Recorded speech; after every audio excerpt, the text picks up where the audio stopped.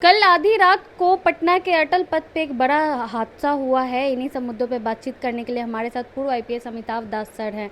Sir, क्या बड़ा हादसा हो गया? ये बहुत दुखद घटना हुई है। ये रात आधी रात की बात है, 12:30 बजे रात की बात है। पटना में एसके पुरी थाना क्षेत्र है, उसी में अटल पथ है और उस पर पुलिस वाले मतलब बैरिकेडिंग वगैरह लगाकर चेकिंग कर रहे थे। मतलब एक तरह से जांच अभियान उनका चल रहा था और एसके पुरी थाना के बहुत सारे पुलिस वाले सड़कों पर थे। अचानक एक बहुत तेज़ गाड़ी, काले रंग की बड़ी सी गाड़ी काफ़ी तेज़ी में आई और उस पर भारतीय जनता पार्टी का झंडा लगा हुआ था और उस गाड़ी ने अचानक पुलिस कर्मियों को कुचल दिया।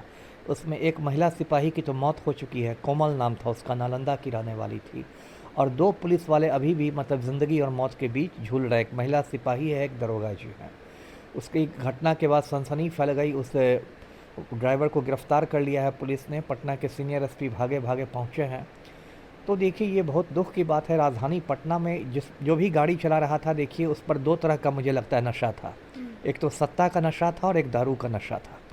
सत्ता का नशा ये था कि भाई भाजपा का हूँ, मेरी गाड़ी पर तो भाजपा का झंडा लगा हुआ है, तो हमारा क्या करेगी पुलिस। तो इस आजकल ये एक बिहार में फैशन हो गया है कि गाड़ी पर भाजपा का झंडा लगा दो, जदयू का झंडा लगा दो और गुंडागर्दी करते चलो। और पहला तो सत्ता का नशा था और दूसरा पूरी संभावना है कि वो दारू का भी नशा होगा और वो दारू पी के चला आ रहा होगा। क्योंकि दर्शक जानते हैं कि बिहार में जो शराबबंदी है, जो नशाबंदी है, वो सिर्फ कागज़ों पर है। जिसको दारू पीना है वो पी रहा है, दारू की सप्लाई भी हो रही है, उसमें कोई दिक्कत नहीं है। तो ये बहुत दुख की बात है। देखिए पुलिस, आप खुद उस महिला सिपाही के बारे में सोचिए, कोमल के बारे में। उसका तो परिवार उजड़ गया, उसके छोटे छोटे बच्चे होंगे, पूरा परिवार होगा, माँ बाप भाई बहन होंगे। बेचारी अपनी ड्यूटी कर रही थी। और ये भी मैं जानता हूँ कि ये भाजपा वालों को पकड़ के एसके पुरी थाना में ले गई होगी पुलिस। तो कल से अभी सुबह तक 100 फ़ोन आ चुके होंगे, बड़े बड़े राम भक्तों के फ़ोन आ चुके होंगे, उप मुख्यमंत्री के फ़ोन, विधायक के फ़ोन, सांसद के फ़ोन, सभी राम भक्तों ने फ़ोन कर दिया होगा कि इसको छोड़िए आप, पूरा दबाव में होगी अभी पटना पुलिस। तो बिहार में देखिए अराजक स्थिति है। जो मुख्यमंत्री हमारे हैं वो माफिया डॉन अनंत सिंह के बन गए हैं।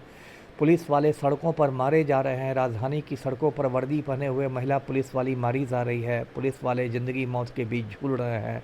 माफिया का मनोबल आसमान छू रहा है। जो भी है ये बहुत मतलब शर्म की घटना है ये जो कल किसकी हुई है। गाड़ी थी वो पता चली सर? भाजपा के किस नेता की थी? अब भाजपा का झंडा लगा हुआ है तो ये तो अनुसंधान में पता चल ही जाएगा। गाड़ी का रजिस्ट्रेशन नंबर है, उससे तो मतलब डीटी ऑफिस से पता चल ही जाएगा, परिवहन अधिकारी के पास। लेकिन इसमें मैं ये भी जानता हूँ कि पटना पुलिस पर भारी राजनीतिक दबाव होगा, क्योंकि सत्ताधारी पार्टी का वो नेता है और अब तक बहुत सारे राम भक्त एसके पुरी थाना में पहुँच चुके होंगे।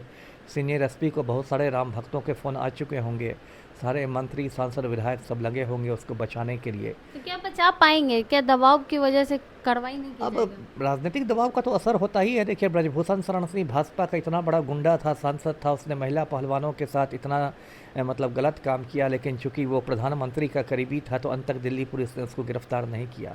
तो उसका तो असर होगा ही। पुलिस बहुत ज़्यादा राजनीतिक दबाव में काम करती है, वो चाहे मतलब आईपीएस अधिकारी हों या मतलब थाना का मुंशी जी हों।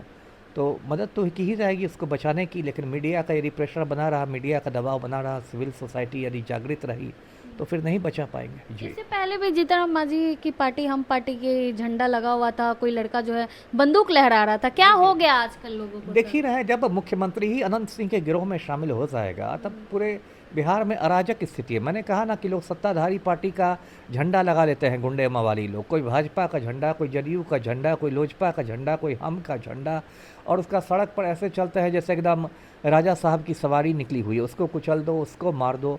और जब मुख्यमंत्री खुद माफिया की कठपुतली रहेगा तो आप क्या समझती हैं, लोगों को कुछ होगा नहीं। फिर जेल जाएगा, 10 दिन बाद जमानत पर आएगा, फिर हो सकता है उसको भाजपा का टिकट दे दे, वो विधायक बन जाए। ये तो पूरा मतलब अराजक स्थिति है लेकिन ये। जब भी आप सवाल पूछेंगे जेडीयू वाले से सर क्राइम पे, तो सीधा 2005 से पहले की बात ये तो इन करेंगे। लोग का पाखंड है ना। 2005 है, अभी 2025 है, इसमें भी 20 साल बीत गए। 20 साल तक आपने क्या किया? आज पलटू राम अनंत सिंह के बने हुए हैं, तो इसका जवाब जदयू को ना देना पड़ेगा कि इसका जवाब मैं डोनाल्ड ट्रंप से मांगूंगा। नहीं, वो जंगल राज की बातें हाँ, तो करेंगे। यही, ये तो मतलब लोगों को उल्लू बनाना हुआ ना। ये तो इसी पर देहात में कहावत है कि चलनी दूसरे सूप को। चलनी में खुद 72 छेद होते हैं और सूप को दुस्ती है। तो खुद आपकी ये हालत है कि जो मुख्यमंत्री हैं वो पलटू राम जो हैं वो अनंत सिंह के गिरोह में शामिल हैं। आप जंगल राज का रट लगाए हुए हैं। पब्लिक नहीं समझ रही है क्या जी।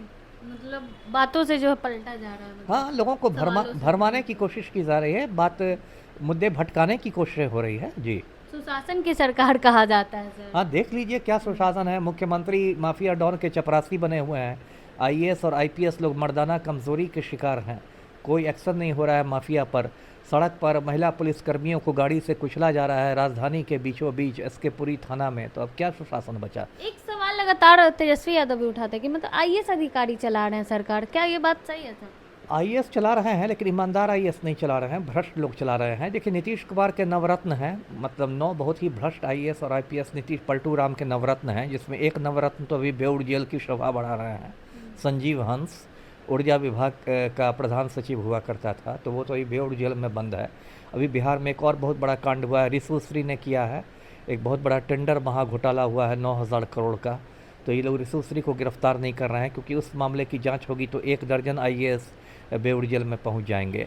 तो ये बात तो है। ऐसे भी पलटू राम के दिमाग ने अब काफ़ी हद तक काम करना बंद कर दिया है, दिमाग का शटर डाउन हो रहा है। फिर भी नारे दिए जा रहे 25 से 30 फिर से अब नीतीश। चमचों का क्या है? चमचों का तो काम ही है मक्खन लगाना। उनका तो मौलिक कर्तव्य है चमचों का कि वो पलटू राम को मक्खन लगाए। तो कहेंगे 25 से 30 भी नीतीश, 30 से 35 भी नीतीश, 35 से 40 भी नीतीश। आजीवन घोषित कर दे मुख्यमंत्री को।